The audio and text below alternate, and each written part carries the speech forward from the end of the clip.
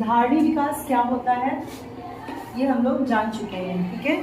इसको हम लोग सस्टेनेबल ग्रोथ या डेवलपमेंट कह सकते हैं, सतत विकास कहते हैं। धारणी विकास यानी कि इस तरह से विकास करना कि आज के संसाधन जो हम यूज़ कर रहे हैं, आज और उसे बंद कर दो, आज जो संसाधन यूज़ कर रहे हैं हम उपयोग में ला रहे हैं, उसका इस तरह से उपयोग करना कि आगे आने वाली पीढ़ियों को भी वो प्राप्त मिल सके। इस तरह से हमें विकास करना है कि संसाधनों का उपयोग हम लोग इस तरह से करें कि आगे आने वाली पीढ़ियों को भी वो मिल सके। इसको कहते हैं धारणीय विकास। अब इसकी रणनीतियाँ यानी इसके उपाय क्या है, ट्रिक क्या है, कैसे करें। जैसे हम लोग कहते हैं पढ़ाई करो पढ़ाई करो, कैसे करें, तो उसके कई उपाय होते हैं। केवल ये कह देना कि पढ़ाई करो, दिन रात पढ़ाई करो, ये काफ़ी नहीं होता है। हमें एक रणनीति बनानी होती है कि हम सुबह से स्कूल जाने तक ये पढ़ेंगे, आने के बाद ये पढ़ेंगे, रात में ये पढ़ेंगे। आपको क्या हुआ, एक रणनीति मिली, एक आपने प्लानिंग की। उसके बाद उस प्लानिंग को कैसे सही इम्प्लीफाई करोगे तो उसको रणनीति बनाई जाती है, ट्रिक। आपके पास ट्रिक होना चाहिए कि ये नहीं कर पाए, मान लो सुबह नहीं पढ़ पाए, तो कैसे उस चीज़ को बाद में फुलफिल करें। यानी कि आपके पास विकल्प होने चाहिए पढ़ाई के। इसी तरह धारणी विकास में विकल्प होने चाहिए उन सारे संसाधनों के जो कि खत्म हो रहे हैं, जो कि क्या है, अनवीकरणीय हैं, जिनको हम फिर से नहीं बना सकते, बनाने में करोड़ों साल लगेंगे, हजारों, ठीक है। तो यहाँ पे ऊर्जा की गैर परंपरागत स्रोतों का उपयोग। गैर परंपरागत स्रोत यानी जो परंपरागत स्रोत हैं, परंपरागत क्या है, जैसे कि कोयला, पेट्रोल, डीजल, केरोसिन, जो चलता आया है, इन सब परंपरागत स्रोतों के जगह पे गैर परंपरागत स्रोत। आपको ये आपने नोटिस किया है, ये जो सौर पैनल बनते हैं, सोलर पैनल लगे हुए हैं ना, आपके स्कूल के ऊपर बहुत बड़ा बड़ा लगा हुआ है, कभी जाना मत देखने, मैं बता रही हूँ आप लोग को। ऐसे और भी छतों पे आप देखते होंगे। ये बहुत पुराने समय में नहीं था। अब अगर अपने दादा नाना से पूछे तो वो उन्होंने भी नहीं देखा होगा, नहीं जानते होंगे। लेकिन अब क्या, ये गैर परंपरागत स्रोत हैं, यानी कि नए नए तरीके आविष्कारित करना ऊर्जा की, ऊर्जा बनाने की। इसमें सौर ऊर्जा है, जल ऊर्जा है, ये सारी चीजें। भारत अपनी विद्युत आवश्यकताओं के लिए थर्मल और हाइड्रो पावर संयंत्रों पर बहुत अधिक निर्भर है। इन दोनों का पर्यावरण पर प्रतिकूल प्रभाव पड़ता है। जिससे बिजली बन रही है उसका प्रभाव जो है पर्यावरण पे बहुत खराब पड़ रहा है। थर्मल पावर संयंत्र बड़ी मात्रा में कार्बन डाइऑक्साइड का उत्सर्जन करती है, ठीक है। थर्मल पावर संयंत्र होते हैं, प्लांट जो होता है थर्मल पावर को मतलब कि बिजली को उत्पन्न करने का, वो कार्बन डाइऑक्साइड भी उत्पन्न कर रहा है बहुत ज्यादा, जो एक ग्रीन हाउस गैस है। ग्रीन हाउस गैस का मतलब मैंने बताया था, ग्रीन हाउस इफेक्ट आप लोगों को, पृथ्वी है उसके ऊपर कार्बन डाइऑक्साइड एक लेयर बना ले रहा है, जो कि हमारी गर्मी को, पृथ्वी की गर्मी को बाहर रिलीज नहीं होने दे रहा है। इसको कहते हैं ग्रीन हाउस इफेक्ट। तो ये ग्रीन हाउस गैस है, थर्मल पावर प्लांटों से बड़ी मात्रा में धुएं के रूप में राख भी निकलती है, जिसका उचित उपयोग ना हो तो जल, भूमि, पर्यावरण इन सबको बहुत ही प्रदूषित करती है। इन सब में क्या होता है कि नदी, जितने भी कचरे हैं वो नदी में प्रवाहित कर दिए गए, हवा में उड़ा दिए गए, मिट्टी में मिला दिए गए, और तीनों ही तरीकों से हमारा पर्यावरण क्या हो रहा है, प्रदूषित हो रहा है। हमारी मिट्टी बंजर हो रही है, वही का उगा हुआ हम सब्जी खा रहे हैं, हमारा शरीर भी प्रदूषित हो रहा है।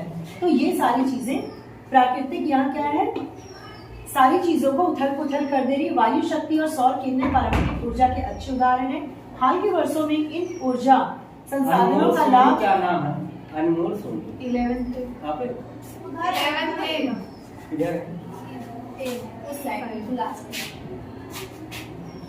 वायु शक्ति और सौर किरणें पारंपरिक ऊर्जा के अच्छे उदाहरण हैं। आज के वर्षों में इन ऊर्जा संसाधनों का लाभ उठाने के लिए कुछ प्रयास किए जा रहे हैं। अपने क्षेत्र में स्थापित किसी भी इकाई का विवरण, वही मतलब कि सौर ऊर्जा क्या होती है। अब यहाँ पे देखो है ग्रामीण क्षेत्रों में एलपीजी गोबर गैस। गोबर गैस कभी देखा आपने, इसका जो छोटा सा होता है डिवाइस गोबर गैस का, गोबर उसमें डाल दिया जाता है और उससे एक गैस उत्पन्न होती है जिससे कि उनकी जो स्टोव होता है, चूल्हा, वो जलता है, उसको गोबर गैस कहते हैं। ग्रामीण क्षेत्र में रहने वाले लकड़ी, उपले, अन्य वैकल्पिक पदार्थों का इस्तेमाल करते हैं। इससे क्या होता है, वन का विनाश, शहरी क्षेत्र में कमी, वैसे भी गोबर का अप्रत्यय और वायु प्रदूषण जैसे अनेक प्रतिकूल प्रभाव होते हैं। जो चीज जलाते हैं उससे वायु प्रदूषण तो हो ही रहा है, शुद्ध नहीं हो रही है वायु। आप अगर धुआं में बैठ जाओ, अगर आपके घर में कच्चा चूल्हा है, मैं अपनी मासी के यहाँ जाती हूँ, देखती हूँ जैसे वो जलता है, वहाँ पे बैठना बहुत मुश्किल होता है। बैठ के पूरा वो बना, तो आपकी आंखों को, आपके फेफड़े को या फिर वायु को वो प्रदूषित ही कर रहा है, शुद्ध नहीं कर रहा है। इस स्थिति को सुधारने के लिए कम कीमत पर तरल petroleum gas, liquid petroleum gas प्रदान की जा रही है। इसके अतिरिक्त गोबर गैस संयंत्र आसान ऋण और सहायकी देकर उपलब्ध कराए जा रहे हैं, यानी कि गोबर गैस और एलपीजी जो आपके घरों में सिलेंडर है, लिक्विड पेट्रोलियम गैस, उसको उपलब्ध कराया जा रहा है। यह एक स्वच्छ ईंधन है जो कि पर्यावरण प्रदूषण को काफी हद तक कम करता है, ऊर्जा अपव्यय को भी न्यूनतम करता है। आप देखते हैं गैस कभी जलाइए, उससे इतना धुआं नहीं होता है। आप बंद किचन में भी आप उसको जला सकते हैं, है ना, इतना धुआं ही नहीं होता उसमें। और उसकी जो लौ होती है, ऐसे नहीं कि एकदम से ज्यादा हो गई, वो थोड़ी जलती है और उसी में वो इतनी जेट, इसको कहते हैं जैसे फ्लेम जो होता है उसका जेट फ्लेम होता है, नीला नीला सा होता है ना, वो इतनी तीव्रता से आता है कि इतने से ही गैस में वो जलता है और अब उसको जो आपका भी कुकर जो भी कुक कर रहे हो वो हो जाता है। गोबर गैस की वही बात की गई है, जैविक उर्वरक और मृदा अनुकूल है गोबर गैस भी।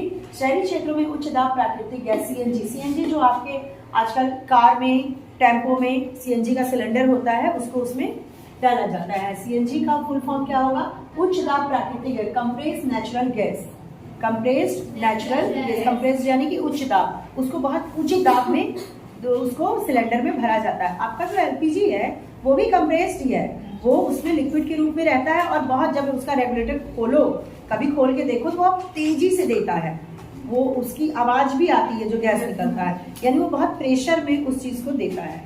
ठीक, ईंधन के रूप में प्रयोग वायु प्रदूषण बड़े पैमाने पे कम हुआ है क्योंकि डीजल और पेट्रोल जो जलता है उसका धुआं और सीएनजी कम प्रदूषण देता है। ठीक है, तो इनको हवा स्वच्छ होती है, इसके उपयोग को प्रोत्साहन दिया जा रहा है। सीएनजी हो गया, एलपीजी हो गया, तो यहाँ आपने क्या लिखा? वैकल्पिक गोबर गैस, एलपीजी, ये विकल्प है कि प्रदूषण न फैले और हमारा ऊर्जा जो है उसका विकल्प भी मिल जाए। तो पहला तो क्या हुआ हमारा? गोबर गैस, एलपीजी, सीएनजी।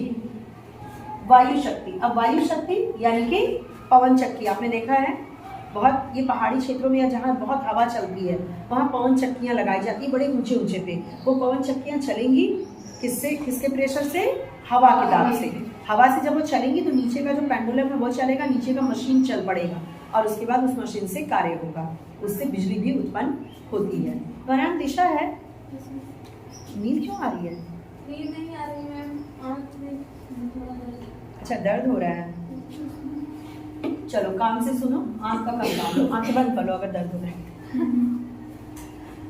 ठीक है, यही चीज यहाँ बताया गया है। इसका टरबाइन घूमता है और नीचे का जो पूरा मैकेनिज्म है वो चलता है, उससे बिजली उत्पन्न होती है। फोटोवोल्टिक सेल द्वारा सौर शक्ति, प्राकृतिक रूप से भारत में सूर्य किरण माध्यम से सौर ऊर्जा भारी मात्रा में उपलब्ध है। इसका उपयोग विभिन्न तरीकों से करते हैं, उदाहरण के लिए कपड़े, अनाज तथा अन्य कृषि उत्पाद दैनिक उपयोग के विभिन्न वस्तुओं को सुखाते हैं। वो तो सीधे ऊर्जा है, हमें बिजली की नहीं जरूरत है। दो तरीके से, जैसे कि मसाले अगर थोड़े से सिलसिले जाते हैं ना, गीले से हो जाते हैं, तो उसे या तो आप कढ़ाई में गैस जला के उसे कर लो या फिर आप धूप में सुखा लो। समझ गए बात को? तो बहुत सारे काम हम लोग सीधे सूरज देवता से लेकर के कर लेते हैं ऊर्जा, हमें कोई उसमें पैसा भी नहीं देना होता उनको, क्या देते हैं? सर्दी में सूर्य की किरण का उपयोग हम गर्माहट के लिए करते हैं। सीधे बैठ जाओ, कोई पैसा नहीं ले रहे हैं सूर्य देवता। विटामिन डी, इतने महंगे जेल इंजेक्शन लगवाते हैं लोग। आपके घर में अगर कोई एजेड है या आप खुद भी थोड़ी सी सूर्य की रोशनी में बैठो, 8 बजे के पहले वाली अगर बैठ सकते हो, सूरज निकल रहा है, बैठ जाओ धूप में, वो फ्री का विटामिन डी किससे आता है? सबसे ज्यादा सूर्य के प्रकाश से, है ना। तो ये सारी चीजें फ्री में हमें मिल रही हैं। पौधे भी तो उनका यूज करके खाना बनाते हैं। सारे प्रोसीजर को क्या कहते हैं? फोटोसिंथेसिस, प्रकाश संश्लेषण, जानते हैं। चलो, तो ये सारी चीजें हम करके अपने ऊर्जा का विकल्प तलाश सकते हैं। कपड़े आपने मशीन में एकदम हाई पावर में सुखा लिया, नहीं, उसको बंद करो, बस धुल लो। मशीन अगर है भी घर में, धुल लो और उसको सूर्य के प्रकाश में डाल दो, सूख जाएगा, फ्री ऑफ कॉस्ट, कोई कॉस्ट नहीं। अगर उसको पावर मशीन में लगाओगे तो बिजली खपत होगी, तो ये सब चीज हमें करना पड़ेगा।